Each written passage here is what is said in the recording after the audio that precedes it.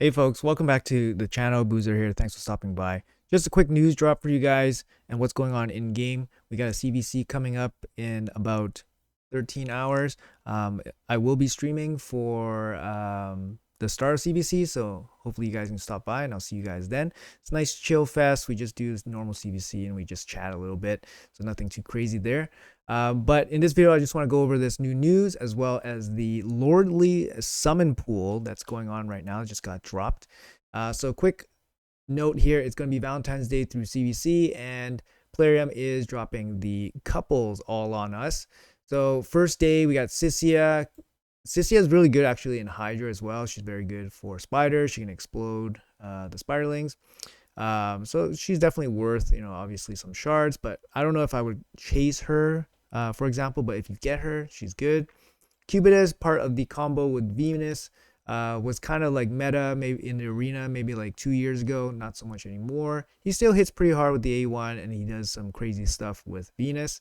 Kaja and Timid the Fool. Kaja actually plays pretty well as an overall support. Timid together with Kaja plays well, but Timid by himself probably not so much. So he's probably not going to be somebody that you really want. He was a past fusion as well. And then we have Venus here. Venus is actually just generally very good. She has the AoE decreased defense and then HP burn. And then she also has like a strip too. So very solid champion. Void as well. And then we have Cardio, one of the best ally attackers. Cleansing champions in the whole game. He's a great team support. Has a speed in all battles. Aura as well, just a great champion. And then she so that's day one. Day two, we have Karato. Karato, Spirit Nuker. He's kind of the counter to Harma, but not really. And yeah, he has like a similar, like his passive ability is similar to the new White King Narcissus, I believe the A2, where he ignores passive abilities. Um, yeah, he's not as good as Narcissus, but yeah, he's okay as a Spirit AoE nuker. Countess Lix, turn meter control champion, nothing too exciting, but she is not bad. She's not a terrible champion. She's decent. Astron, decent nuker, has AoE stun, although it's on a 4-turn. He hits pretty hard on a single target as well. Brings an A1 decreased defense. Decent champion was old fusion. Zavia, poison exploder, kind of outdated meta, but she's cool. Yumiko's the big prize here from the Voids, of course, and she has the lockout and the reset, and she does crazy things in Hydra. Bellinor, AoE decreased defense and weaken. Void champion, very decent champion, deals good damage for clan boss. And then on the last day, we're gonna have Rodos, Sifi, and then we have Oella and O Fusion. She brings the increased resistance, and Ultimate of the Shell. Ultimate of the Shell is just kind of garbage, but Oella is actually very decent. Rodos and Sifi, I mean, obviously main prize here. Yumiko, main prize as well. So notable omission, Marichka Taras. I think maybe some people were waiting for Marichka Taras. But yeah, they haven't offered a boosted Taras Marichka in a long time actually. I pulled for Taras last summer, and that was his last boosted rate. Same thing with Marichka. Marichka was last boosted in June, so it's been a while. So it felt like Valentine's Day would be the day, but unfortunately it's not. So anyways, so that's going to be what's happening for CVC. Good luck on your pulls you guys are pulling. I'm definitely not pulling, especially with the fusion going on. So yeah, I'm definitely not pulling there. And remember, we also might get, who knows, a some kind of event for the Archer again before the end of the month. So we never know. But it's best to avoid some of those bait progressive events outside of necessary events, right? So we do have a summon pool that just got dropped, no warning. They gave us a free 30 crystal pull. They gave us a free one in the shop, so make sure you guys check the shop, pick that up. It's literally, they gave us 30 crystals and you get one free pull, which is pretty cool. It's basically giving you a free sacred shard, right? Sacred shards are 6%.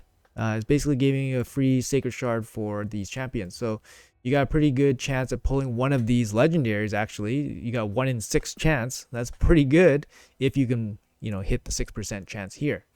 Obviously, the main prize here is going to be this guy, Acelin the Stalwart. I don't like that he has a crown because he's not, unless he's a king, right? Is he a king? He could be a king. If he's a king, then crown makes sense. You know, on first look, I thought he kind of looked like Jason Momoa. Or he looks like a character from maybe like Game of Thrones or something, like just the way he's like set up. But yeah, anyways, he looks pretty cool. I like this little fox thing, fox hide on his shoulder. But his big thing here is that he has Bannerlord Unity. He has additional bonuses for his faction. And of course, being a Bannerlord, he has, you know, Taras Marichka in his faction. Pairing them with this guy will make them ridiculously strong. But who knows? Maybe it's not strong enough. Who knows if it's strong enough? But it seems pretty strong.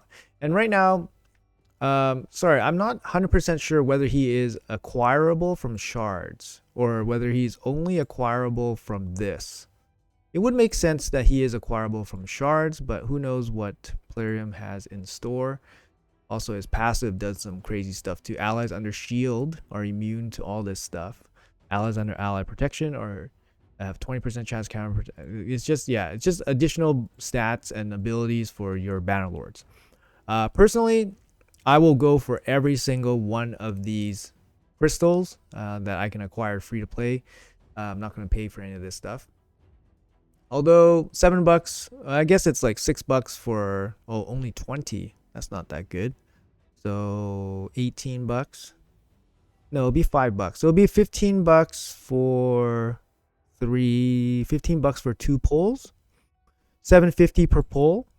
I think that's okay considering it's like a sacred shard basically. If you want anything else here besides this guy, yeah, I guess that's kind of okay. To be honest, it's probably okay, but the rest of them you don't really want. Like Septimus is out of meta. Kaja, Timid was a fusion, so no one really wanted him at that point. Kaja's fine. Stultus is fine. I mean, Stultus is good, but he's not like super meta that people will wail out just to get him. And Sethalia is like, she needs a buff, but she's still a fine champion. So this guy's the main prize, of course, right? But for me, I'm definitely going for this summon pool just because I need dupes of this faction. I literally have no Bannerlord dupes.